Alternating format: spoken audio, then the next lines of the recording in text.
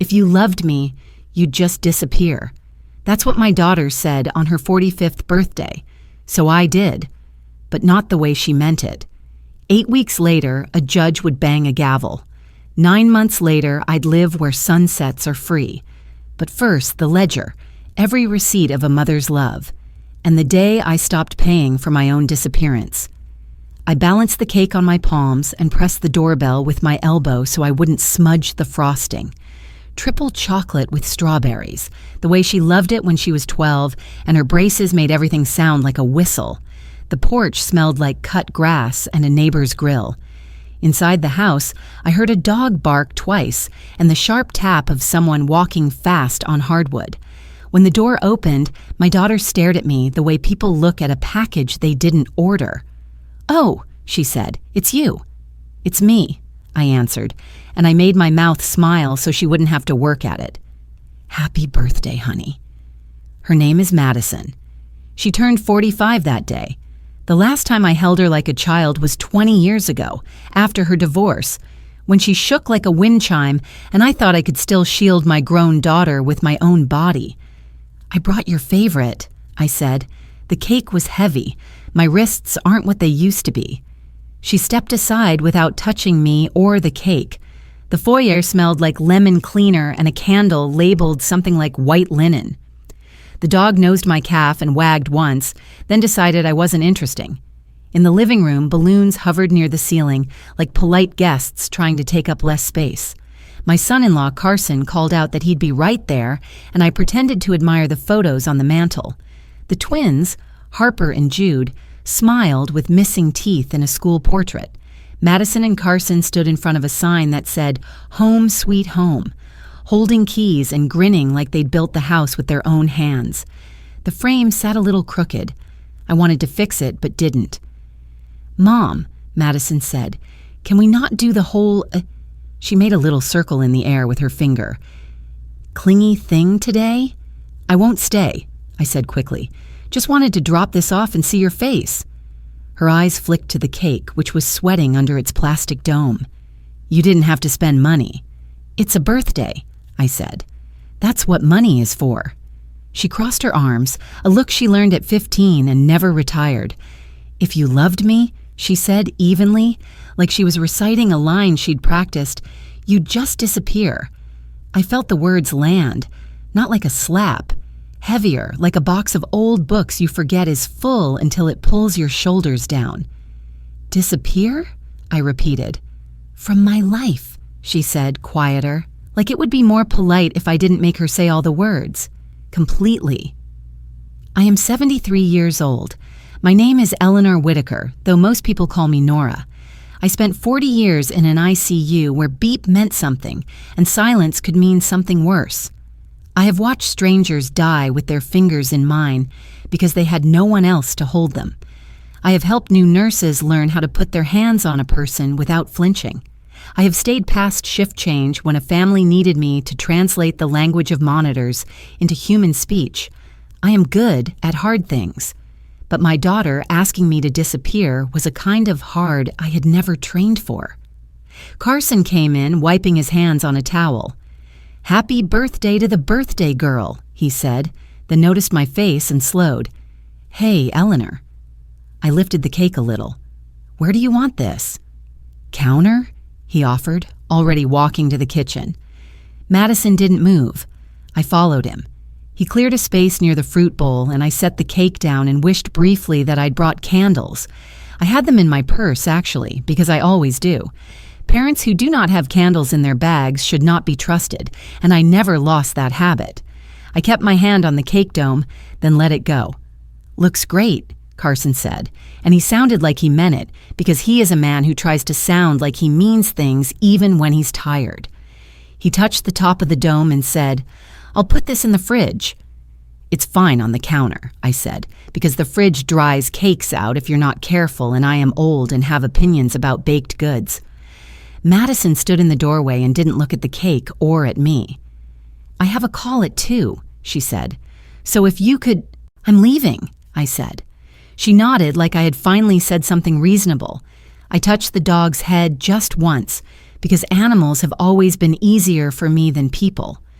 At the door, I put my hand on the knob, then took it off. "Madison," I said. "What?" "I heard you." She looked past me at the street. Wind moved the leaves on the maple like a whisper no one wanted to say out loud. "Good." I walked to my car and put both hands on the roof and counted to 10. It's a trick I learned in nursing when someone says a word like catastrophic in the middle of a sentence. You steady yourself before you move, because you cannot afford to fall apart on the way to where you need to be. At home, I set my purse on the table, and the counter looked enormous because there was no cake on it. I boiled water for tea, which is what I do when something is wrong and I cannot fix it. The kettle sang like a bird trapped in a window. I poured water over a bag, watched it darken, added honey, then didn't drink it. I have a drawer I don't open unless I have to. In it live things with signatures, insurance, a living will, a durable power of attorney I signed when my knees were newer, and my faith in my daughter was the kind that doesn't even know it's faith. Beneficiary designations. A letter I wrote myself after Madison's divorce, promising I would always be there, which is the kind of promise you make when you are tired and the house smells like old coffee and crying and you want to believe that will be enough. I pulled the drawer open. The files thumped like closed doors. I took everything out and stacked it on the kitchen table next to my cold tea. Then I got a yellow legal pad and wrote at the top, "Stop enabling." It looked too neat. I drew a box around the words and shaded it in. I do not think of myself as a woman who enabled. I think of myself as a mother. It is just that sometimes those two are the same thing, and we do not know it until the bill arrives. The numbers are easy if you let them be true. The first semester, she didn't finish at Ohio State after switching from history to marketing, $7,400. The second semester that followed, when she decided she really wanted to try design, $7,400 again, because nothing gets cheaper but hope. The down payment assist I swore I would never do, $50,000 because I wanted her to be safe, and I believed a promise with the kind of belief usually reserved for church. The time she totaled her little Corolla and I bought a used Civic because the bank looked at me like I was the only adult in the room, $9,200. The daycare deficit when the center raised rates, and the twins were small and Madison and Carson were figuring it out, $11,300. Vendor invoices when her boutique's LLC ran 30 days late, and she said it was just a seasonal dip, $5,600. A rescue for a refinance when interest rates dropped, and she had to get in now or never. That one didn't have a simple number attached to it. It had a signature in a column labeled COBORROWER. I signed because I thought it would be for a minute and because I am better at emergencies than at patients. I have boxes of receipts because hospitals taught me the comfort of documentation. I label things. I date them. I can track a crisis on paper and make it sit still long enough to breathe. On a second sheet of paper, I wrote a different list. What do I want my money to pay for? I wrote rent, food, doctor, a trip. I wrote books. I wrote something unnecessary. Then I crossed out something and wrote it again without shame. Something unnecessary. The next morning, I put on the jacket I wore for job interviews 1,000 years ago because it still makes me stand straighter. I went to the bank on Linden, third window from the left, where Terry has worked since the kind of banking where they know your name started to disappear. Terry wears ties with tiny fish on them because his grandson likes fish. "How can I help you today, Ms. Whitaker?" he asked, like he always does, even though I took care of his father when his lungs couldn't find the air they needed. "I want to close the joint account," I said. "Transfer the balance to my personal savings." He blinked once, and his face did a thing faces do when they are about to say, "I shouldn't get involved." "I just want to make sure." "I'm sure," I said gently. "This account was for emergencies." "The emergencies are over," he typed. "Keys make a soft sound you can miss if you only listen to talk. There will be 2 signatures required on the closeout," he said carefully, and then his eyes moved to the screen. Actually, no. Since you are the primary and set it up as revocable, we can proceed with your authorization. We did paperwork. He stamped things. He slid the receipt across the counter with that small finality that makes a person breathe different. Anything else today? Yes, I said. I'd like to remove my name from the auto debit to Whitaker and Reed Boutique, LLC. That's a different department, he said, but we can put in the request. It's not a request, I said, and then made my voice kind. It's a change. At home, I called Hector Morales. The first time I met him, he was 28, and his wife was on day 2 of a fever we couldn't make obey. I remember he held her hand and told her in Spanish that he was right here, and I understood him even before my Spanish improved, because some things do not need translation. I need to revoke a durable power of attorney I gave my daughter, I said when he picked up.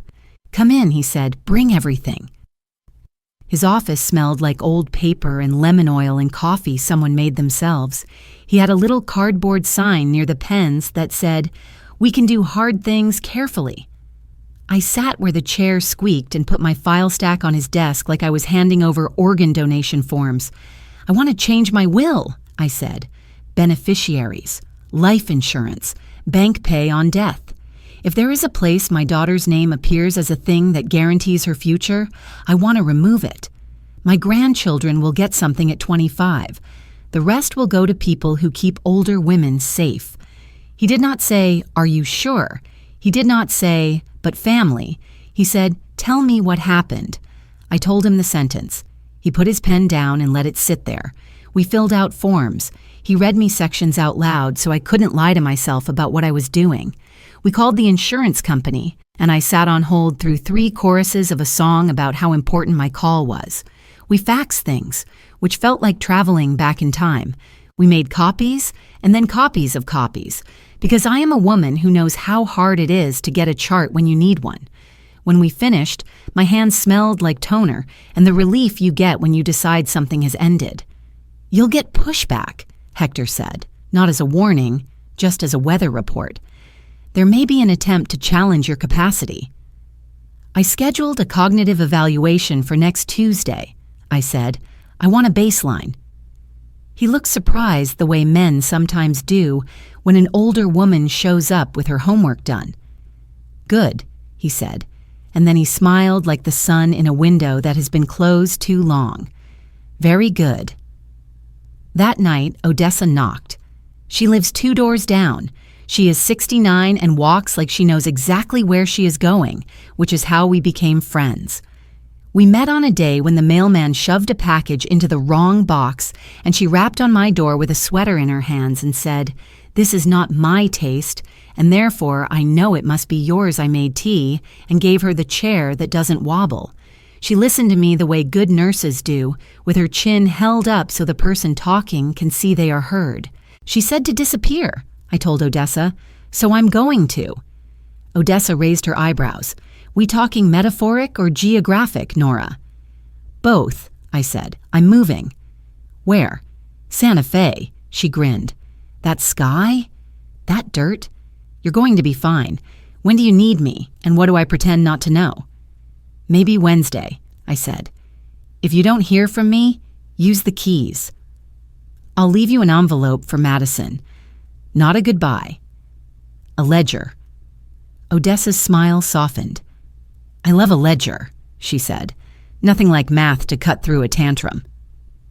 On Tuesday, a doctor made me draw a clock and subtract by 7s and repeat a list of words I could have written down in my sleep when I was 30, and just as well at 73. I told him the capital of New Mexico and my birthday and what month we were in. I told him the name of the president without rolling my eyes. He asked me what I'd do if I smelled gas in the house, and I said, "Turn off the stove and open the window and call the gas company and go stand outside." And he nodded like he wanted more patients who make easy sense. He wrote a summary. He printed it.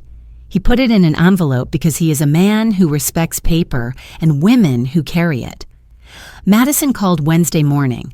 I looked at the screen for a full 30 seconds and then answered because some habits are bones, not flesh. "Mom," she said, like she'd been talking to me in her head for hours, and I'd finally picked up in the middle. "We need you Friday. The twins have their spring showcase, and Carson and I have a dinner we cannot miss. I've told you about it." "I can't," I said. Silence, then a little huff. "You can't?" "I have plans," I said, "and before you ask, they are mine." "This is ridiculous," she said. "You're being dramatic." "No," I said, and I made my voice as calm as the good nurses I learned from, the ones who could say no with a smile that kept you from bleeding. "I am not being anything. I am doing what you asked. I am stepping out of your life so that you can have all the space you said you needed." "Don't twist my words," she snapped, which is what people say when their words wrap around themselves and they hope someone else will untangle them. "I'm not twisting," I said. "I'm transcribing." That afternoon, she texted, the messages stacked like bills. "Who closed the emergency account? We have a mortgage draft set up. Did you authorize changes? Can you please be reasonable? Are you punishing me?" The last one read, "If you love your grandchildren, you will answer me." I turned off my phone and watched a cardinal's nest in the bare tree behind my kitchen, and I let the world not include me for 2 hours. The first time you put your name at the top of your own list, it feels like theft. That feeling passes if you keep your name there long enough. 2 weeks later, there was a knock at my door, and a woman in a navy blazer stood there with a folder against her chest like a shield. She introduced herself as Janine Patel from Adult Protective Services and asked if she could come in to talk about a concern. "Of course," I said, "because I am honest and I believe honesty is armor." She sat. I gave her tea. She explained that my daughter had called their office worried about my decision-making and possible cognitive decline. She used the words carefully because the job had pressed on her too many times. "I anticipated this," I said, and handed her the envelope from the neurologist. She read and exhaled. She asked permission to schedule a second capacity evaluation because procedures are how we keep the wrong people from getting away with things, and I agreed. I made copies of her card and put one in a folder labeled Guardianship Attempt because I am a woman who has seen what families can do with the wrong kind of panic. The second evaluation looked like the first. The doctor asked me to list animals that start with B, and I ran out of polite ones at bear and bison and moved to beetle and baboon because you cannot say the kind I learned in the break room when a printer jammed for the 3rd time. He asked if I knew why I was there. I told him my daughter had mistaken my boundaries for illness. At the end, I asked Janine a question. "What happens next?" "We write a report," she said. "We note that you are able to care for yourself and make your own decisions. If your daughter files for guardianship, the court will look at these." "She will file," I said. "She has always been brave when she thinks she'll win." Janine looked at me over her folder and something in her face softened, the way people soften when they see a wound through clean bandages. "You have people?" she asked. "Friends." "A lawyer?" "Yes," I said, "both." The petition arrived by certified mail on a Tuesday. The envelope had the weight of a thing that wanted me to sign it away. Hector called before I could call him. "I saw the filing," he said. "Hearing is set for June." We went. I wore a blue dress and flats with sensible traction. The courtroom was colder than winter, as courtrooms are, on purpose. Madison sat at one table with a lawyer who tried to look like a concerned nephew. Carson sat behind her and did not look at me. I did not look at him. The judge had a name that sounded like someone who was once a camp counselor, and eyes that looked like they'd seen too many families try to fix feelings with laws. "Mrs. Whitaker," he said, "do you understand why you're here?" "I do," I said. "My daughter wants the court to give her the power to make decisions for me that I am capable of making for myself." He asked me about my finances. I told him what I pay in rent, what I spend on utilities, what I've budgeted for groceries, what my savings look like, where my income comes from, what I intend to do with it, which is to pay for my life and not for my daughter's anymore. Hector handed him the 2 capacity evaluations. He handed him the new will and the revocation of the old POA and the beneficiary changes and the correspondence with the bank where I closed the joint account that had begun to feel like a leash. Madison's lawyer said the words concerned and impulsive and possible exploitation. And then Hector handed over the ledger I kept and the receipts for payments I made for 25 years. And the judge read until his mouth went thin. He asked me one more question. Mrs. Whitaker, do you understand the consequences of removing your financial support from your daughter? Yes, I said. She will live within her means, which will feel like suffering until it feels like adulthood. The judge denied the petition. He did it without glee and without apology. He banged the gavel like a person who knows the difference between sound and meaning. Outside the courthouse, the sun felt rude. I stood for a minute with my hands on the stone rail because my legs had been brave for an hour and wanted to shake. You okay? Hector asked. I am, I said. I am also sad. That makes sense, he said. Relief and sadness take turns. Madison walked past without stopping. She got into her car and shut the door more softly than she used to when she was 17 and needed everyone to know she was leaving. After the hearing, the house began to eat their savings. The boutique got quiet in the summer. Carson's side job didn't scale like his podcast said it would. The mortgage waited until they were tired and then stood up and cleared its throat. Madison texted me with numbers and question marks and words like emergency, and just this once and the twins in the same sentence, like they are a lever that will move any rock. I did not answer. I am learning the discipline of not reacting to every sound. Hector negotiated an exit from the co-borrower trap that didn't set me on fire to keep anyone else warm. It took weeks. Lawyers talked to other lawyers like they are both moving pianos and trying not to scratch the floor. We untied knots, one thread at a time, and when it was done, I slept like someone had washed my pillow. In August, I packed the things you pack when you decide the next version of your life gets to be honest. I brought the quilt my mother sewed the winter my father left. I brought the stand mixer I bought myself the day I realized I didn't have to ask anyone permission to bake. I brought 6 cookbooks and 23 novels and 2 books of poems I read when I need a sentence like a glass of water. I brought one photo of 20-year-old Madison, freckled and squinting at a lake, when she still smiled like she couldn't help it. I brought the letter I wrote to myself after the hearing that said, "You are allowed to be your own keeper." Odessa came to help. We put my boxes into a mover's truck that looked enormous until it swallowed my life and jigged on its shocks once and sighed. She hugged me. Her perfume smelled like a flower nobody bothers to name because it reminds them of their grandmother. She handed me the envelope I'd left for Madison. "You sure?" she asked. "Yes," I said. "The letter is not to hurt her. It's to stop hurting me." "What do you want me to say if she asks where you are?" "Tell her I'm safe," I said. "Tell her I'm exactly where a person goes when someone asks her to disappear." It is hard to describe the drive west without sounding like a brochure. The land widens. The sky takes its time. In Illinois, the fields lay flat like a bed with hospital corners. In Missouri, the rivers looked like old stories. In Oklahoma, the wind pushed at the car and I let it. New Mexico arrives the way some truths do, already there, and somehow still a surprise. In Santa Fe, the apartment I rented smelled like new paint and dust. The windows faced west. At dusk, the light did that thing it does in the desert where it pretends every surface is a mirror and then decides to be soft instead. I slept on clean sheets and woke with my face in the pillow like a child. The next morning, I learned how to use the bus. A woman named Mara showed me the route like a person sharing a map to a secret place.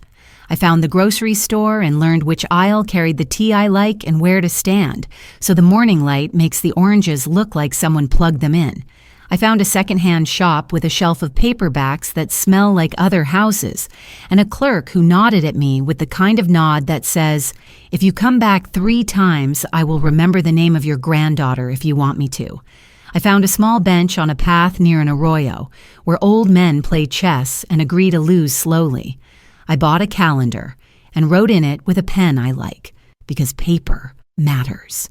Tuesday, watercolor at the community center. Wednesday, walking group at dusk. Thursday, orientation for CASA. Friday, call the doctor who took over for my doctor back home and tell them my name, my medications, and that I believe in flu shots.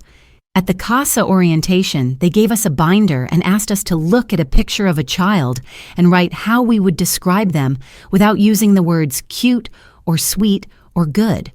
I wrote, determined to be seen. The trainer smiled, and I felt for the first time in months like I had put my hands where they are useful. At night, I sat on my couch and wrote letters I didn't send. One to Madison. You are not bad. You are a person who learned that I will say yes if you make the request sound like a life or death procedure. I refuse to be a ventilator. One to myself. This is how you stop being a machine and start being a woman again.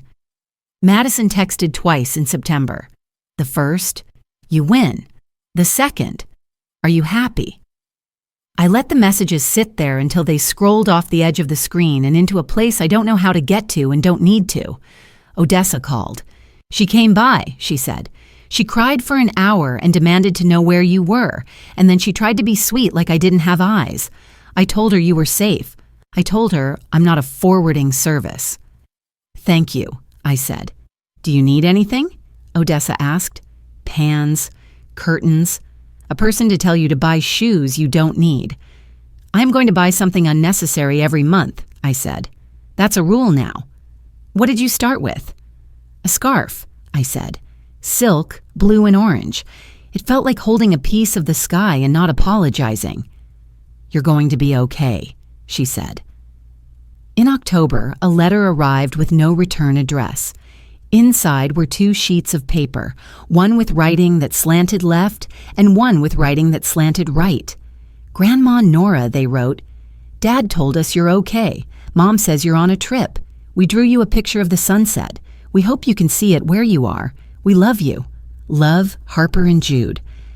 I put their drawing on my refrigerator with a magnet shaped like a chili pepper. The sun they drew had lines coming out of it like a child thinks warmth must look if it is visible.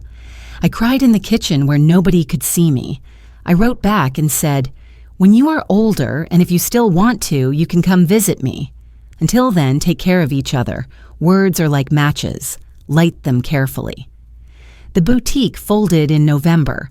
Madison posted a paragraph online that used the words pivot and season and grateful, which are the words people use when they are trying to call an ending a pause. The mortgage sat up and asked for money they didn't have. By January, the house went on the market. They moved into an apartment with a balcony the size of a towel and a view of a parking lot. I know because Odessa told me in the delicate way you tell someone the plane landed without describing the turbulence. Hector called for signatures to remove me from liabilities I never should have touched, and I signed with a steady hand that shook later, alone. Not from fear, but from the remembered habit of stepping in when someone you love drops something heavy and looks at you like you can still lift the weight you did when you were young. Love is a beautiful liar. It tells you the past has a warranty. It does not. I learned the names of 3 neighbors who care about garbage day and weather the way other people care about politics. I learned to cook for one without calling it a leftover. I learned the trick to getting the red dust out of the grout. I walked at dusk and learned the sound a raven makes when it laughs at something you can't see. I learned to sit in quiet without calling it loneliness. I learned the difference between a craving and a need. At CASA, they assigned me a case with 2 children who needed a person with a notebook who shows up and writes down what they say when everyone else is trying to finish the meeting. I went to court and stood before a judge with the good kind of tired in her eyes and said the words I was told to say, which are also the words that mean something the child would benefit from. The school reports indicate, the foster mother reports, the children report, I did not cry in the bathroom after, which is a victory people do not put on calendars. When I got home that afternoon, there was a long email from Carson. He said, "I want you to know I saw." He said, "I should have said something years ago." He said, "I have been a coward." He said, "We told the kids you were resting, which is not the same as lying, and I am sorry." He said, "If you ever want to see them, I will drive them to the library and let them read while we sit at a different table and say nothing if nothing is what you want." I read his email 3 times. I wrote back and said, "Thank you for telling the truth. The library is a good place to start. Not yet. Later. If we are careful." In February, a social worker from my old county called and said words I hoped I'd never hear. "Your daughter filed another complaint." She used the phrase undue influence and said I had been manipulated by someone in Santa Fe. She said the word scam. I breathed in. I breathed out. I scanned and emailed the evaluations again, and the judge's denial and a photograph of my utility bills with my name on them, because the world asks older women to prove they aren't confused, even when they are the only ones who see clearly. The social worker apologized. We hung up. I made soup. I called Hector and he said, "We can file a petition to sanction for frivolous complaints." I said, "Not yet." He said, "You are generous." I said, "I am done," which looks like generosity from far away. Spring in Santa Fe is wind that moves like a person who wants to leave a room but doesn't want to say goodbye. I learned to weigh down the corners of my picnic blanket with library books and an apple. I wrote in the mornings. Not a book on purpose, at first, just pages that started with a sentence and then another. By April, I had a stack. I have never been a woman who journals. I am a woman who makes lists and checks boxes, but grief insisted on pages. I wrote about the ICU and the people whose hands I held. I wrote about the first time Madison's eyes went flat when I said no to something small. I wrote about a winter bill I paid in secret so she wouldn't have to choose between heat and a new coat she wanted. I wrote about a summer night when she thanked me with a hug that pressed hard enough to hurt, and how I thought, "I'll take the hurt if it comes with arms." I wrote about words, how they bruise slower than fists, how they fade just as slowly. In May, the twins wrote again. They said their soccer team made the playoffs and that their mom bought a plant she keeps forgetting to water and that they are learning to cook eggs. They asked me what I like for breakfast. I wrote back and said, toast with butter, tea. On Saturdays, pancakes. I told them that if they cook for each other, they should do the dishes together too, because love should never mean one person stands at the sink alone while the other one watches TV. I did not say, ask your father to show you how to clean a pan correctly. I trust that he will. June brought the anniversary of the hearing and a letter from the bank with a number I never thought I'd see again. When the house sold, a portion of my original assist came back to me. Not the full amount. Enough to feel like the universe was not cruel, only blunt. I put the money into 3 places with 3 different lengths of time attached to them because I like ladders. I told the advisor I wanted safety over excitement, and he said, my favorite kind of client, and I said, my favorite kind of sentence. Madison texted in July, 3 words, are you happy? I did not answer. Happiness is not a quiz I owe anyone. I went for a walk instead. I watched a hawk float and a dog chase a ball and a boy throw a tantrum because his popsicle broke in half and his father knelt and said, it's still a popsicle. And the boy kicked his shin and the father did not hit him, and I thought, that is what love looks like. Forgiveness without forgetting. Boundaries without a speech. In August, I was invited to speak on a podcast for older adults who did a hard thing on purpose. I told my story without names and apologized too many times to the host, who finally said, stop apologizing for protecting yourself. And I laughed because picture windows make mirrors at the right time of day, and sometimes you get to see what other people see. The messages after the episode surprised me. Women in their 50s and 60s and 70s wrote that they had been told to be less by people they loved more than themselves. Men wrote and said no one ever talks about sons who drain their fathers and call it inheritance. A woman wrote from Alabama that her daughter told her not to embarrass the family by working at the grocery store, and she'd quit a job she liked, and I wrote back and said, "Go back. Wear the name tag like it's a crown." One message came from a girl who said, "My mom never picks me over my aunt." I told her, "That isn't your job to fix. Find a teacher who knows your name. Tell them. Let adults be adults. Keep your heart for yourself." Autumn arrived like a cooler hand on a forehead. The aspens shivered in yellow. I bought cinnamon and cloves for tea and learned which sweater makes me look like someone who is happy even when she is alone. The twins wrote about 7th grade. Jude loves science. Harper hates group projects. They both like their gym teacher. They asked if I liked gym. I told them I liked the sound of sneakers in a big room and the feeling that anything could happen if you ran fast enough.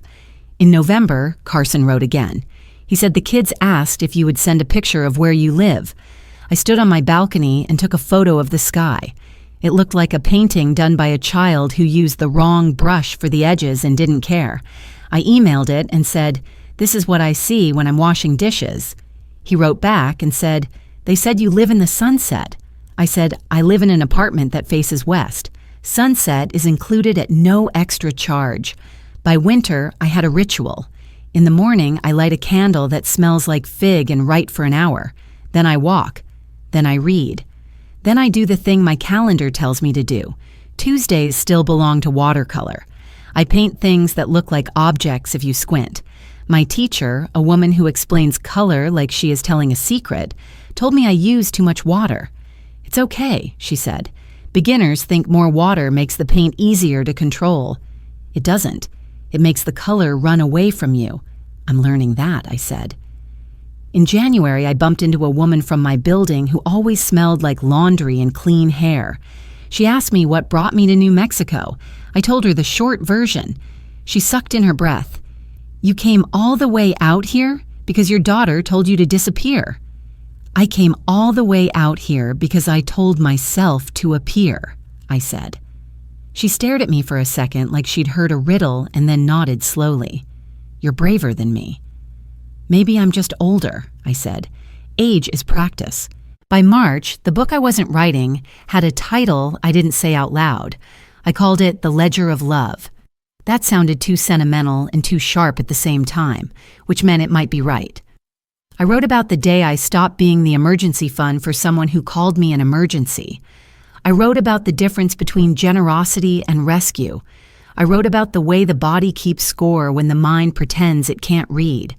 I wrote about a woman I once cared for who died at 2 a.m, and her son who came at 3 and cried like a person who didn't know what to do with his hands without someone to take care of, and how I said, "Go home and sleep," and he said, "I don't know how."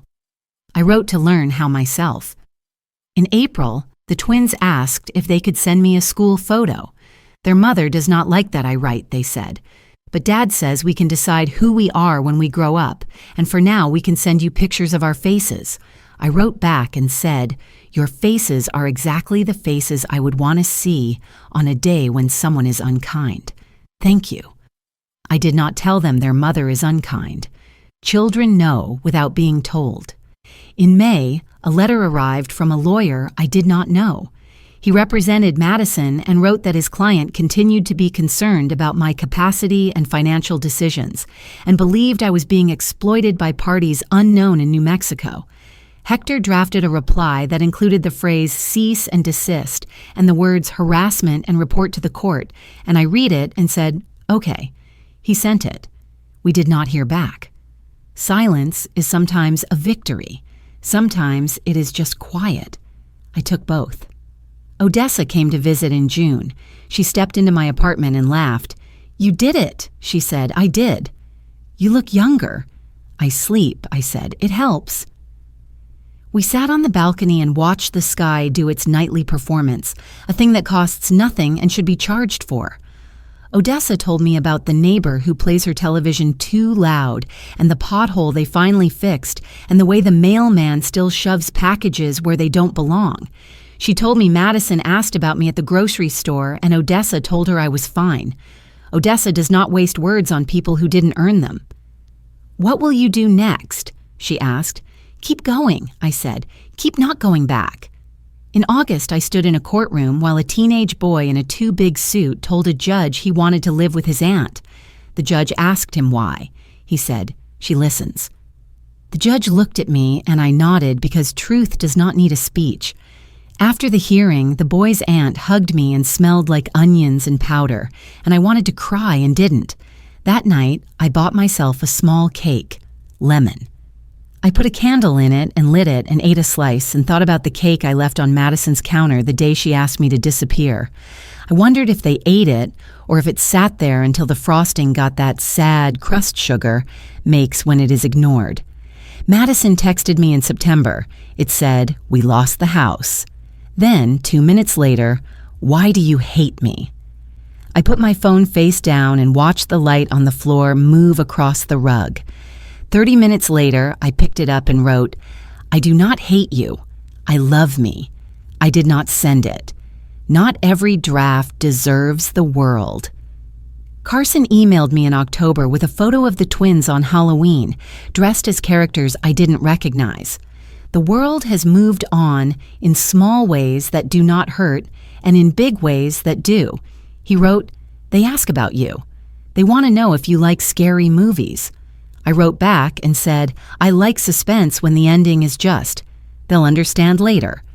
I met a woman at Watercolor who said she missed her mother and didn't know how to tell her because she'd been a bad daughter. I told her there aren't good and bad daughters. There are daughters with tools and daughters without them. She cried and said she never learned to use a screwdriver either. I told her you can learn. In November, I took a bus ride to a clinic on the edge of town and got a flu shot and a shingles vaccine because I want to give my body every advantage I can and because I want to need as little care as possible from people who might one day roll their eyes at me. I made soup with squash and sage. I sat down and ate it hot without standing up 6 times to get someone else a fork they can get themselves.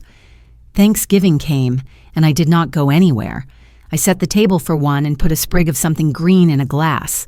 I roasted a chicken because turkey is too much work for too little reward. I peeled potatoes without rushing and used more butter than I would have if I were making them for company, because I am my own company. I ate slowly. I called an old friend who lives in Oregon, and we did not talk about our children. We talked about books and old movies and the time a patient tried to convince me his fish told him the weather. In December, I wrote the last page of the book I hadn't meant to write. The last sentence said, "I believed love was a ledger where one column always balances the other. I was wrong. Love is not math, but boundaries are." I printed the pages and mailed them to a woman I met at Watercolor who knows an editor at a press that makes small, brave books. I did this without the expectation of anything except the satisfaction of a stamp pressed onto paper. A week later, the editor called me and said, "This is the book I needed 10 years ago." And I sat very still and said, "Okay," because joy is a shy animal. When it came out, the cover was simple. The title was different because editors have jobs for a reason. The book sat on a table at the local bookstore near a picture of a woman with white hair who wrote about walking. Women bought it. Men bought it. A teenager bought it for her grandmother. People wrote me emails that made me put my hands flat on the kitchen counter until I could breathe again. A woman from Ohio wrote that she found a copy at the library and read it in the parking lot and went home and told her husband she wouldn't be financing their adult son's third business. A man from Arizona wrote that he didn't know a mother could say no and still be a mother. A daughter wrote that she apologized to her mother in a diner, and her mother said, "Took you long enough." And then they split a slice of pie because forgiveness needs sugar. In January, the twins sent me report cards. They got a B in math and an A in language arts, and a note that says participation could improve in science. They asked if I was proud. I wrote back and said, "Yes, I am proud that you try. I am proud that you read. I am proud that you ask me questions even when you think the answers might make you cry. Pride is not about letters. It is about effort." They wrote back and said, "Okay," and sent me a picture of a cat they are not allowed to keep. I went to court in February and stood behind a boy who did not want to speak. He whispered into my sleeve that he was afraid, and I said, We can be afraid and tell the truth at the same time. He nodded and then told the judge exactly what he needed. After, he looked at me like I had given him a secret. I told him the secret was not mine. It was his. He laughed like a person who believed me. I went home and made tea and did not cry because my body learned the difference between joy and grief and decided both could live here. By spring, I realized I had not checked Madison's social media in months. I haven't moved away from her. I have moved toward myself. There is a difference. The first feels like exile. The second feels like a front porch where you keep the light on for yourself. In May, I received a small check from the sale of the house I had once helped buy. It was not the same as the money I gave. It was like rain in a year when the river ran low. I used a portion to buy a used car with good tires and air conditioning that does not pretend. I drove out on Route 14 and pulled over when the sky looked like it needed a witness. I sat on the hood and ate an apple and watched the light drag itself up the side of the mountain and felt, this is the word, safe. The day Madison turned 47, I lit a candle for her and put it next to the sink because we do not stop loving people just because we stop letting them hurt us. I texted her without expecting a reply. I wrote, "Happy birthday. May you be kind to yourself." She wrote back an hour later, "Thank you." The words did not ask for anything. I closed my eyes and let my shoulders drop an inch. Odessa called in June and said she is thinking about moving west. I told her to come. She said she likes the way laundry smells here. I told her it smells like clean anywhere. She said, no, it smells like new here. I told her new is just clean when you haven't sat in it yet. We laughed, which is the thing 70-year-old women do best. In August, I walked at dusk along the arroyo and a young couple passed me, the man pushing a stroller with one hand and holding the woman's with the other. The baby slept. The woman's hair blew into her face and made her laugh, and he brushed it back as if he was allowed, which he was. I felt something unclench in my chest that had nothing to do with them and everything to do with the permission I have finally given myself to feel gentle. Gentleness is not the same as weakness. It is strength with the volume turned down. The twins will be 14 soon. They write less, as teenagers do. When they write, they tell me about cross-country practice, and a teacher who sings the answers to questions, and a friend who moved away. They do not ask me to mediate. They tell me their lives and trust me to understand that not being there does not mean I am gone. Sometimes I dream about the ICU. In the dream, the monitor goes flat and I look up and there is no one. And then a hand slips into mine and I realize I am the patient and the nurse is me at 30 and she says, "You can go." And I say, "I just got here." And she laughs and says, "Then stay." And I wake with my face wet and my pillow damp and the certainty that I am exactly where I belong. There are days I miss the sound of my daughter's laugh before it learned to sharpen itself. There are days I miss my mother so much I set 2 plates and then put one away. There are days I want to send Madison a photo of a flower on my walk and say, "Remember when you were 5 and you picked me one and it had ants on it, and you cried because you thought you had ruined the whole day, and I told you ants have places to be too." There are days I don't think of her at all, which used to feel like betrayal and now feels like mercy. Both are true. Both can be true. If you have listened this long, you might be waiting for a moment where my daughter and I meet in a place with coffee and tears and healing. You might want a scene where she says, "I'm sorry," and I say, "I forgive you," and we decide who brings what to Thanksgiving. I do not have that scene for you. I have this instead. A woman in her 70s who chose to live a life that fits the size of her heart without requiring it to be used as collateral. I stood on my balcony last night, and the sunset did what it always does when you are paying attention. It showed off and then went quiet. I lit a candle and wrote the twins a note about the way the sky changes faster than you think, but slower than you fear. I washed a plate. I turned off the lamp. I went to bed and slept without dreaming. When I woke, I made tea and wrote your name at the top of a list that begins with me and includes the people I can serve without forgetting myself. Once I believed love was handing your wallet and your calendar to the person you raised and trusting they would give them back when they learned to handle their own. I was wrong. Love is telling the truth early and often. Love is a ledger that belongs to you. Love is a gavel you are allowed to hold. If you are listening from a town where the sky is small and the porch light blinks because the wiring is old, this is me, a woman with a good pair of shoes and a better spine, telling you that you can put your hand on the kitchen counter, take a breath, and write your name at the top of your own list. You can revoke what hurts you. You can sign what saves you. You can use your receipts as a map out of the life that makes you vanish. You can disappear from the place that swallowed you and appear where you can see the horizon. Tell me where you're listening from. Tell me if the sky looks big tonight. Tell me if you need a word I haven't said yet. I will try to find it. I am not a bank. I am not a ventilator. I am a woman who learned that boundaries are not walls. They are doors with my hand on the knob. I am Nora. I live in Santa Fe now. The sunset is included at no extra charge.